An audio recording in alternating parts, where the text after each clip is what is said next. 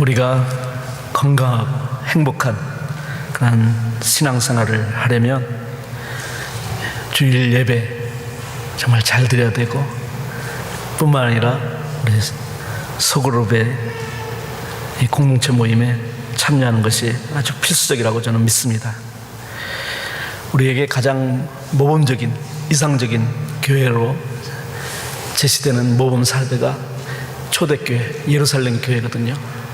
예루살렘 교회가 왜 그렇게 모든 지상에 있는 교회들의 이렇게 모범이고 본받고자 하고, 또 그 교회를, 그 모습을 회복하기를 원하는가? 어떤 모습이길래? 그 모습이 사도행전 2장 46절에 이렇게 기록되어 있습니다. 한번 화면에 올려봐 주실래요? 한 목소리로 함께 읽을까요?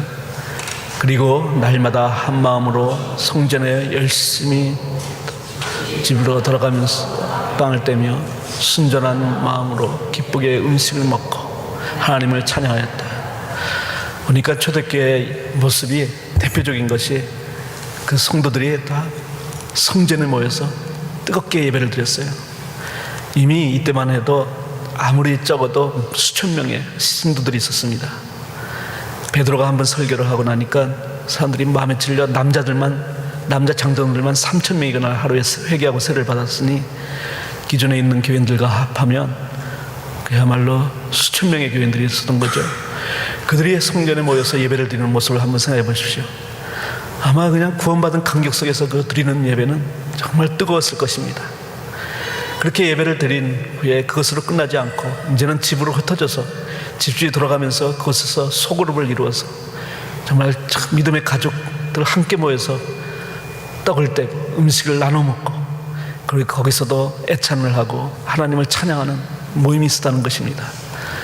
이 균형 잡힌 이 신앙생활이 초대교회 여러분 하여금 그렇게 강력하고 능력 있고 또 많은 사람들에게 큰 은혜를 끼쳤던 그러한 교회의 모습인 것이죠. 이것이 교회의 본래 모습입니다. 오늘날 교회가 크든지 작든지 또 어떠한 형태로 예배를 드리든지 우리가 반드시 회복해야 될 것은 바로 이러한 건전한 양날개의 교회입니다. 함께 모여 예배드리고 흩어져서 교제하고 함께 기도하고, 이러한 균형 잡힌 신앙생활을 통해서 성도들은 행복한 신자, 행복한 교회를 만들어가는 것입니다. 어떤 분은 주일 예배를 교회의 앞문이라고 얘기하고 이 소그룹 공동체 모임을 옆문이라고 얘기합니다. 앞문으로 수많은 사람들이 들어와서 하나님께 예배를 드리고, 그래서 그것을 하나님을 찬양하고 경배했는데 이제 예배가 끝나면 앞문으로 다시 빠져나갔다. 그거는 한쪽이 죽어버린 것이라는 것입니다. 그렇게 앞문으로 들어왔다 앞문으로 나가는 교회가 아니라 옆문, 소그룹, 가족과 같은 소그룹이 있어서 옆문으로 예배를 드린 후에 옆문으로 가서 거기서 그 작은 공동체지만 그것을 참된 신앙의 교제를 나누면서 서로 믿음을 북돋아주고 격려하고 함께 기도하고 찬양하는 그러한 소그룹이 함께 병행할 때 그것이 아름다운 교회가 된다는 것입니다.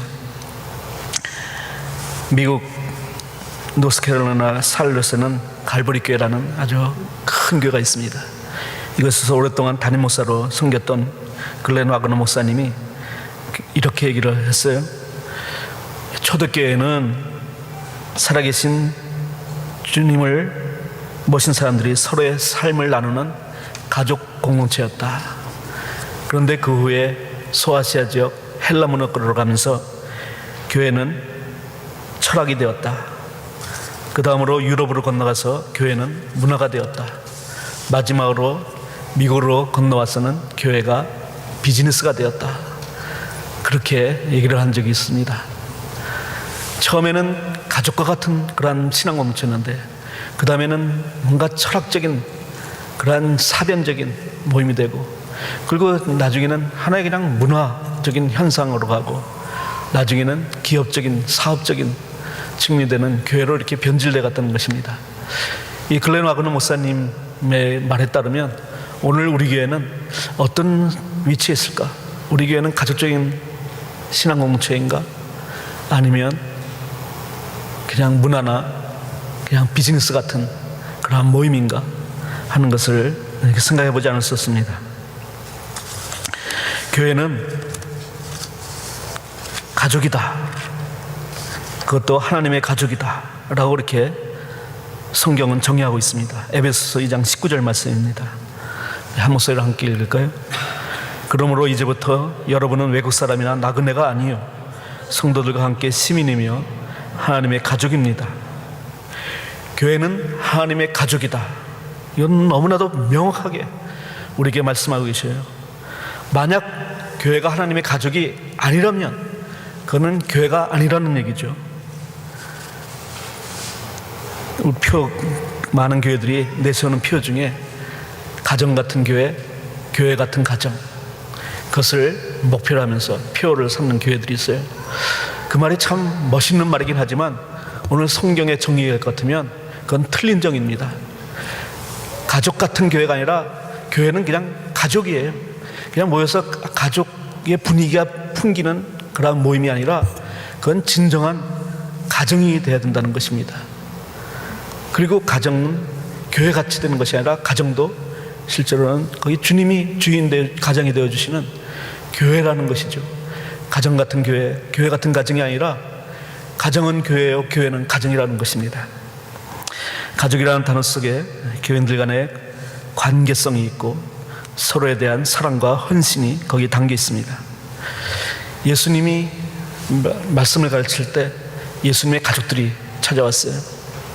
예수님의 가족들이 다 지켜보는 가운데서 예수님이 그들에게 아주 눈길도 주지 아니하시고 거기 있는 사람들한테 이렇게 얘기를 한 것을 기억하시죠?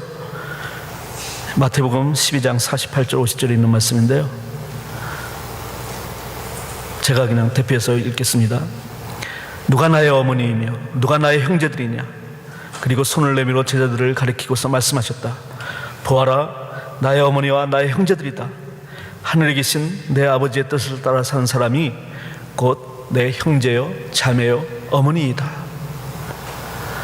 어떻게 보면 거기 예수님을 찾아왔던 가족들에게는 큰 상처를 주는 그런 예수님의 말씀이었어요. 물론 예수님이 그 가족을 부정하는 의미로 하신 말씀은 아닙니다. 예수님은 누구보다도 효자였다는 것을 우리는 고난주간에 예수님의 십자가상의 치료를 통해서 다시 한번 확인한 적이 있습니다. 그러나 예수님이 불효자이기 때문에 가족에 대한 책임이 없기 때문에 이런 말씀을 하신 것은 아니에요. 물론 가족이 예수님을 찾아왔을 적에는 맏아들이 집안일을 좀 도와주지는 않고 밖에 나가서 그냥 나가고만 있으니 좀 만나서 좀 뭔가 좀 얘기를 오늘은 할 말을 해야 되겠다 하는 마음도 가족들 가운데는 있었을 것 같아요. 또 소문이 막 들려오는데 귀신 들렸다 하는 소문도 들리니까 걱정이 돼서 어떻게 지냈는지 궁금해서 또 찾아온 이유도 있었을 거예요. 그런데 예수님이 육신의 가족들 앞에서 하나님의 뜻을 따라 사는 사람이 나의 형제 자매의 어머니다 라고 말했을 적에는 그것은 바로 우리 모두가 하나님 안에서 진정한 가족이다, 그것을 강조하고 있는 것입니다. 혈연적인 가정 그것 못지않게 아니면 더 친밀하게 엮어진 그러한 관계가 하나님을 함께 믿는 사람이 맺어가는 관계라는 것입니다. 혁명적인 그러한 말씀이죠. 그만큼 하나님을 믿는 하나님의 사람들은 가족이다라는 가르침을 주시는 것을 예수님이 이렇게 강조하셨다는 것입니다. 그래서 우리 교회에서는 우리 서로에게 형제가 되고 자매가 되고 우리 부친이 되고 모친이 되는 것이죠. 하나님이 축복받는 가정을 세워가는 것이 정말 우리의 기도 제목이고 또 올 설교의 제목인데, 이 하나님이 복 주시는 가정에 대해서 생각할 때 우리는 혈연적인 가정이 아니라 영적인 가정에 대해서도 함께 생각하지 않을 수 없다는 것입니다. 예수를 믿는다 하는 것은 곧 새로운 가족이 생겼다 라는 것이죠. 우리 집안에도 형제 가운데 결혼을 하고 또 아이가 태어납니다. 새로운 가족이 생겼죠. 결혼하면서 또 새로운 가족이 생겼습니다. 이렇게 가정도 늘 새로운 가족이 생길 때마다 가정은 더욱더 윤택해지고 더 풍요로워지고 행복해져 가는 것입니다. 교회도 우리는 예수를 믿는 순간 새로운 가족들을 만나게 되었어요. 새로운 가족을 우리는 만나게 되었던 것입니다. 서로 얼굴이나 알고 지내고 겨우 인사하는 정도, 그 정도로 어떻게 우리는 가족이라 할 수 있겠습니까?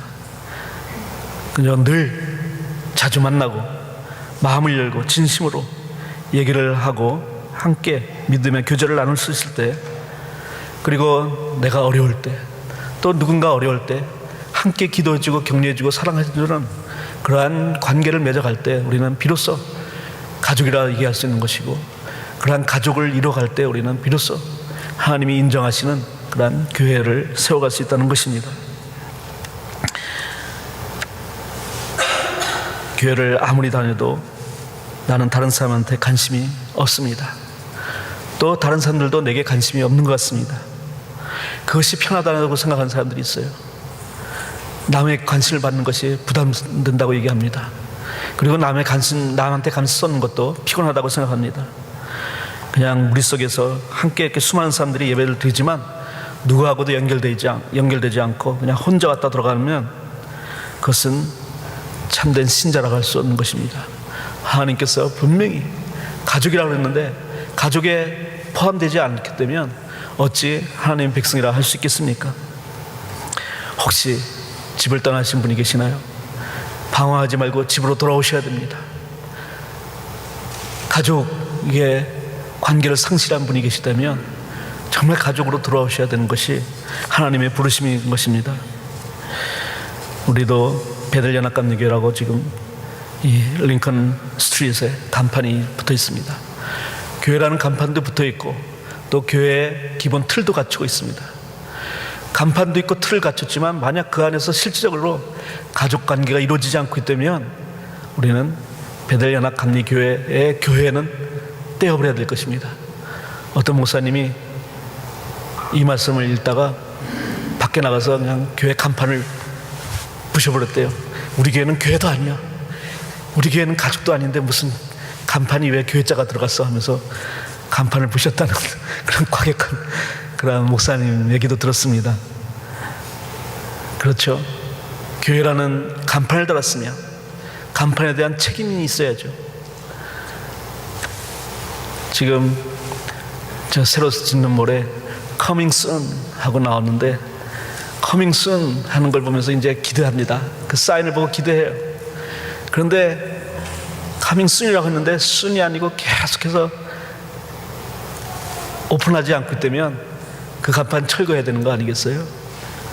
잘못된 그런 간판을 다룬 교회가 아니라 정말로 예수님의 몸이 이루는 그러한 가족이 될 때 우리는 비로소 하나님의 교회를 이루는 것입니다.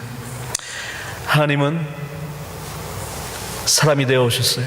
이걸 성육신이라고 합니다. 사람이 되어 오셨는데 하나님이신 분이 사람의 몸을 입어서 내려오신 거죠. 그래서 그 사실을 요한복음 1장 14절은 말씀이 육신이 되어 우리 가운데 거하심에 이렇게 얘기를 합니다. 근데 이 말씀을 좀 더 실감 있게 현실적으로 얘기하기 위해서 유진 피터슨 목사님이 쓴 메시지 바이블에는 이렇게 번역을 해놨어요. 말씀이 피와 살이 되어서 우리의 이웃으로 이사 오셨다. 바로 우리와 함께 계시는 그 하나님은 피와 살을 가지신 우리와 같은 그러한 사람이다 라고 이렇게 강조해 주는 거죠.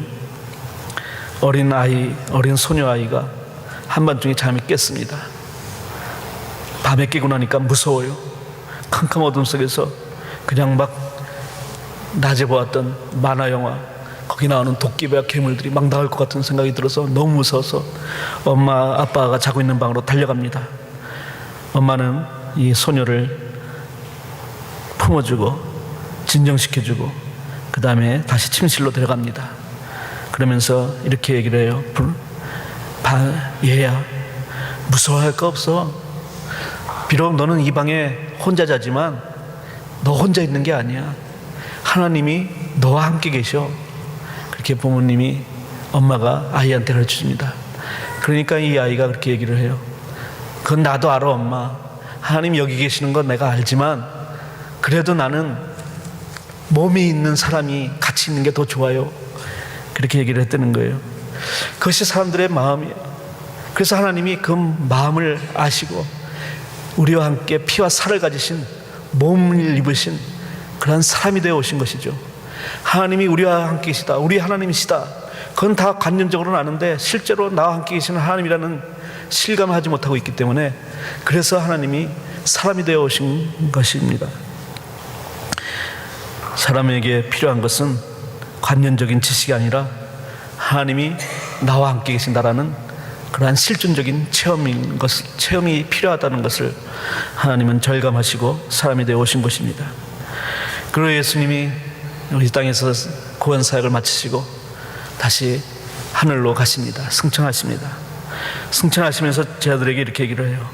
내가 비록 가지만 내 몸은 다시 이 땅에 남겨두겠다.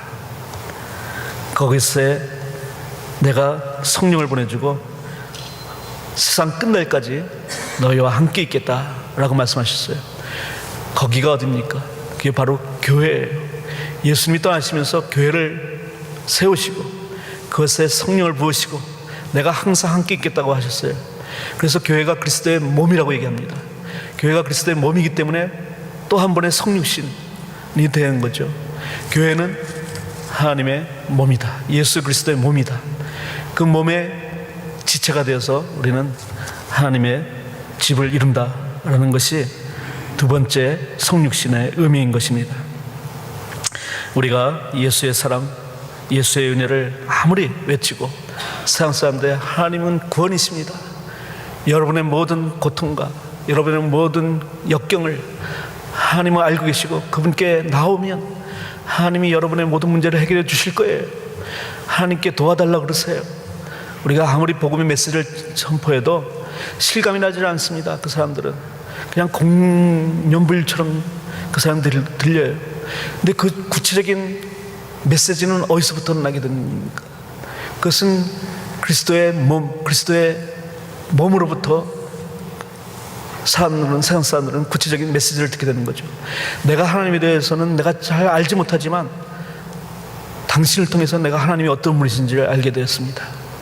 당신의 돌봄을 통해서 하나님의 사랑이 무엇인지를 내가 알게 되었습니다. 그것이 세상 사람들이 고백할 수 있는 그러한 말이 되어야 된다는 거죠. 그래서 하나님은 교회를 세우신 것입니다. 교회, 그냥 관념적인 하나님이 아니라 우리와 함께 계시는, 우리 이웃에 계시는 몸이라는 것을 분명히 보여주기 위해서 교회를 세우신 것이죠. 세상 사람들이 필요한 것은 공허한 말이나 신학이 아니라 그들을 사랑해주는 몸, 구체적인 살아계신 하나님, 그것을 만나는 체험이 필요한 것이죠. 그래서 우리가 주님의 손과 발이 되어 주님의 사랑을 전하고 나누는 것입니다. 그런데 이렇게 정말 중요한 가족을 이루는 공동체, 이 공동체에 왜 속하기를 싫어하는지 많은 사람들이 이것을 싫어합니다. 저도 안타까운 일 가운데 하나는 우리 교회에 처음 찾아오셔서 너무 좋아하셨어요. 찬양도 참 좋고요, 교회 분위기도 좋고요, 참 좋네요. 그러면서 굉장히 처음 나온 교회를 만족해 했습니다. 그런데 이제 좀 등록하시고 좀 나오시니까 공동체로 이렇게 배정을 해드리는 순간 그때부터 교회를 떠납니다. 접촉을 피합니다. 그냥 이렇게 이런 분위기는 좋지만 내가 공동체에 들어가는 거는 그건 부담이 된다는 거예요. 왜 그런 부담을 갖게 될까요? 가족이 부담스럽습니까? 집에 들어갈 때마다 엄마 아빠 만날 생각하니까 참 부담돼서 집에 들어가기가 싫다 하는 그런 자녀가 있나요? 아니면 그러한 배우자가 있나요? 가족이 참된 가족을 이루기 위해서는 이런 형태로 가진 가정은 없습니다. 앞사람이 뒤통수를 바라보면서 앉아있는 그런 형태의 가정은 없어요. 가정은 서로의 얼굴을 마주보고 있는 그러한 모양으로 교회는 있는 거죠. 주일 예배만 드리고 간다면 우리는 그렇게 앞사람의 뒤통수만 보다가 그리고 그냥 가게 되는 거예요. 거기에 무슨 관계가 이루어질 수 있겠어요? 그렇기 때문에 공동체가 필요한 것이, 공동체에 속해야 되는데 그게 부담스럽다고 합니다. 왜요? 교회에 대한 이해가 부족하기 때문입니다. 교회가 하나님의 집이며 하나님은 공동체 안에 계신다라는 그러한 사실을 알지 못하기 때문입니다. 하나님이 사람을 그분의 형상대로 지으셨어요. 그분의 형상대로 지으셨다는 것은 그분의 존재 방식까지도 그 형상에 포함되는 것입니다.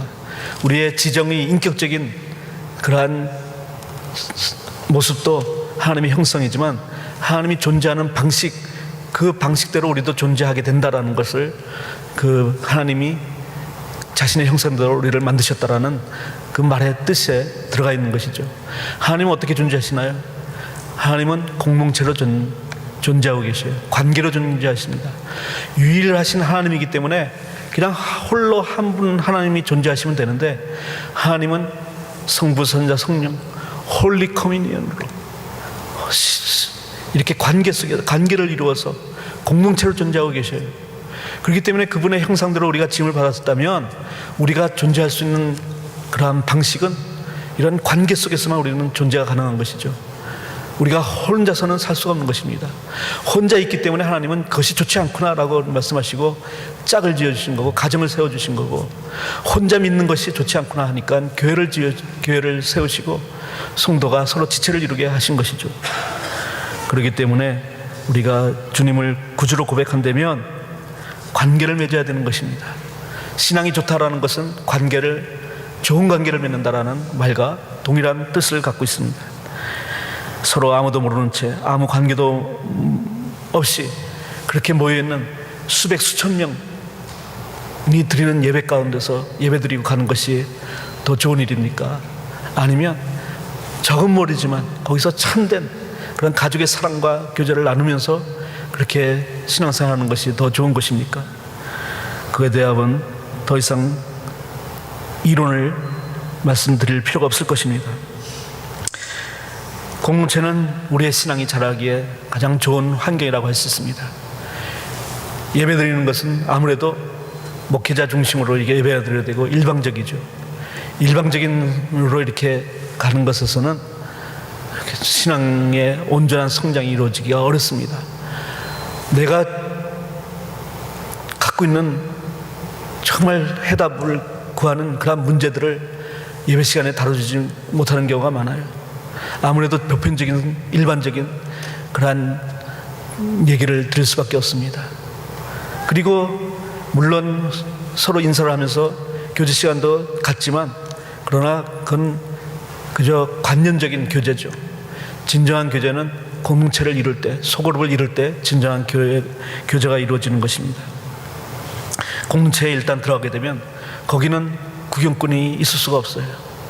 여기서는 그냥 뒤에 앉아서 조용히 구경만 하다 갈 수 있어도 우리가 공동체에 들어가는 순간 우리는 정말 가족 구성원이 되니까 구경꾼이 될 수가 없는 것입니다. 미국 와서 정말 제가 참 재밌어하고 그리고 감동을 받았던 게 거라지 세일이었어요. 거라지 세일. 지금은 한국에서도 거라지 세일 한다고 그러는데 그 당시에는 거라지 세일이라는 말도 저한테는 굉장히 생소한 말이었습니다. 그리고 지금은 거라지 세일이 많이 변질돼서 그냥 돈 벌기 위한 그런 그 행사가 거라지 세일이 되어버렸는데, 원래 거라지 세일은 내가 안 쓰고 있는 물건, 내가 필요 없지만 누군가에는 정말 필요할 것 같은 그런 물건을 서로 통용하는 방식이었죠. 거라지 세일을 통해서 필요한 사람들이 와서 필요한 것을 가져갑니다. 그러니 내가 많은 것을 갖고 있어도 그걸 한 번도 사용하지 않는 물건이 그 중에 상당히 많은데, 그것을 그냥 그렇게 갖고 있다면 내게 짐만 되고 그리고 나를 오히려 더 불편하게 만들 것입니다. 그것을 나누고 통용하면서 나도 도움이 되고 그것이 필요한 사람에게는 더 큰 도움이 되는 일들이 거라지세에서 이루어지죠. 교회도 그런, 신앙생활도 그런 것 같습니다. 신앙생활도 우리가 정말 모든 필요한 것들을 내가 다 갖고 있을 수가 없어요. 하나님이 우리에게 은사를 주셨지만 모든 은사를 다 주신 것은 아닙니다. 우리가 신앙생활할 때 많은 은사가 필요하지만 그 많은 은사를 다 가진 사람은 없어요. 그런데 공동체 안에서 우리는 서로가 가진 은사를 가지고 서로에게 주고받는 그러한 통용하고 유익이 되는 그러한 모임이 거기서 이루어지는 것이죠. 내가 가진 은사로 다른 사람들에게 필요를 채워주고, 다른 사람의 은사로 또 나의 필요가 채워지고, 이런 것이 공동체 모임 가운데서 말씀을 나누고 함께 기도할 때 이루어지는 것입니다. 그렇기 때문에 공동체에 우리는 열심히 참여해서 공동체와 그러한 뜨겁고 친밀한 관계를 이루어가야 되는 것입니다. 그리고 또 부담스러운 것은 공동체에 들어가면 아무래도 헌신을 해야 되는 것이 있죠. 다른 사람을 위해서 섬기고 봉사하는 것이 필요합니다. 그리고 그것이 때로는 피곤하게 느껴지고 부담도 됩니다. 그러나 섬긴다고 하는 것, 그것은 바로 신앙생활의 본질에 해당하는 것입니다. 섬기는 것은 나를 이렇게 자꾸 잃어버리는 그러한 일이 아니라, 섬기는 것은 나를 채워주는 그러한 일이 되는 것이 바로 섬김이에요. 서로의 유익을 구하면서 나의 있는 것으로 봉사하고 섬길 때 우리는 이전에 누리지 못했던 놀라운 풍요로운 그러한 신앙의 기쁨을 누리게 될 것입니다. 무엇보다도 시간이 부담된다고 하는 사람들이 많아요. 너무너무 바쁘다 보니까 정말 공동체 모임 따로 모이는 것도 너무 힘듭니다. 저희도 매주 모이다가 지금은 공식적으로는 한 달에 한 번만 모여요. 너무 바빠서 모이는 것이 힘들다는 이유도 거기에 상당히 작용했습니다. 매주 모이는 것이 정말 어떤 분에게는 지나치게 큰 부담을 드리는 것이 돼서 그 부담을 덜어드리다 보니까 횟수를 줄였어요. 횟수를 줄이면서 마음은 굉장히 무겁습니다. 공동체 가족 같은 그 친밀도가 떨어질 수밖에 없기 때문에 그것이 마음이 참 부담이 돼요. 그런 물리적으로 모이는, 공식적으로 모이는 시간은 줄어들었다 해도 우리는 늘 기도로 교통할 수 있습니다. 그리고 정해진 시간 외에도 늘 전체적으로 또는 부분적으로 언제나 모임을 가져갈 수 있습니다. 순서를 바로 정하면, 우선순위를 바로 정하면 시간의 부족함은 아무 문제가 되지 않아요. 두 번째 우선순위가 갖고 있는 일을 할 적에는 언제나 시간이 부족합니다. 바쁩니다. 일 먼저 해야 될 걸 하다 보니까 이거는 항상 이거 할 때마다 마음이 조급해지고 불안해져요. 근데 이 우선순위 넘버 원에 가 있는 걸 할 적에는 그때는 뭐 그것만 전념하게 됩니다. 근데 공동체 모임 이런 신앙생활에 대해서 우선순위가 저 뒤로 밀려가 있었다 보니까, 그러니까 시간이 없다 그러고 바쁘다는 얘기가 되는 거죠. 그런데 진정한 관계를 맺어갈 적에는 공동체를 통해서 믿음의 교제를 갖고 신앙의 가정을 이뤄가는 것이 넘버원이라는 것을 정말 우리가 깨닫는다면 공동체로 모이는 것이 바쁘지가 않습니다. 거기서 딴 데서 자꾸 모이는 것은 거기서 진정한 문제가 해결되지 않아요. 그러니까 자꾸 여러 가지 모임이 또 생깁니다. 동창 모임도 생기는 거고, 개모임도 생기는 거고, 또 무슨 생기고 계속 생기는데, 정말 가장 중요한 모임 하나만 제대로 하면 하나님이 그 공동체를 통해서 이루시는 놀라운 응답과 그리고 축복을 생각하면 공동체 모이는 것이 결코 시간 부족 때문에 모이기 힘들다는 생각을 할 필요가 없다는 것입니다. 무엇보다도 우리는 자기중심적인 그러한 생각을 이룰 수 있기 때문에 나에게 유익이 되느냐, 유익이 되면 모이는 거고, 나에게 유익이 되지 않으면 뭐 모일 필요 없다, 이렇게 자기중심적인 생각이 있어요. 근데 바울은 고린도 교회 사람들이 그런 생각을 하지, 전부 자기중심적인 생각을 하는 걸 보면서 당신들은 육에 속한 사람입니다, 자기 생각만 하고 있으니 육에 속한 사람입니다 라고 이렇게 얘기를 합니다. 성령에 속한 사람은 내 생각하는 사람이 아니라 주님을 생각하고 주님 사랑 안에서 이웃을 사랑하는 그러한 마음을 품고 있을 때 우리는 비로소 성령의 사람이라고 할 수 있는 것이죠. 하나님과 그분을 위한 사랑이라면 참 열심을 내면서도 주위 사람들의 고통에 대해서는 좀 외면하고 관심이 없는 분들이 있어요. 그러나 그분들에 대한 관심을 표출하고 함께 진정한 가족 애를 나누는 것이, 그것이 성령에 속한 사람의 지표가 된다는 것입니다. 말씀을 맺겠습니다. 오늘 본문 말씀 보면 그 16절 말씀 한번 올려봐 주시기 바랍니다. 그리스도의 말씀이, 함께 읽을까요? 그리스도의 말씀이 여러분 가운데 풍성히 살아있게 하십시오. 온갖 지혜로 서로 가르치고 권고하십시오. 감사한 마음으로 시와 찬미와 신령한 노래로 여러분의 하나님께 마음을 다하여 찬양하십시오. 여기에서 온갖 지혜로 서로 가르치고 권고하라고 합니다. 이걸 요즘 표현대로 한다면 서로 나누라는 얘기예요. 누군가 교사가 되어서 누군가 선생이 되어서 가르치는 그러한 형태가 아니라 서로 가르치고 권고하는 거예요. 그건 뭡니까? 뭐 옛날에는 무슨 신학교가 있어서 무슨 신학 훈련 받은 사람이 그 공동체 모임을 인도했습니까? 아니에요. 거기는 훈련받은 무슨 전문적인 사역자가 없었어요. 서로 모였을 적에 서로 가르쳤습니다. 그것은 자기의 믿음과 자기의 삶을 서로 나눴다는 거예요. 나누는 가운데 거기서부터 은혜가 생깁니다. 그리고 거기서 하나님의 말씀을 깨닫습니다. 나 혼자 생각할 적에는 깨닫지 못했던 것이 피차 서로 나누는 가운데서 하나님의 뜻이 점점 분명해지고 그리고 응답을 받게 되는 거죠. 지난 K 영성수련회, 옥토에마 영성수련회 26기는 목회자를 위한 영성수련회였는데 정말 깜짝 놀랐습니다. 저는 목사님들이기 때문에 은혜를 못 받을 거라고 생각했어요. 죄송합니다. 목사님들은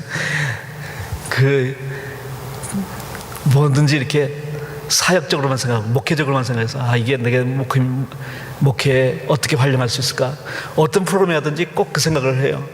그러니까 거기에 정적으로 나를 위한 하나님의 프로그램이다라고 생각보다 이거 우리 교회에서 써먹을 게 있나 없나 뭐 이런 생각하게 되고 또 자꾸 아는 게 많으니까 이건 좀 뭐가 안 맞고 저건 뭐가 틀리고 이렇게 좀 크리틱하게 돼갖고 참 은혜 받는 게 쉽지가 않습니다.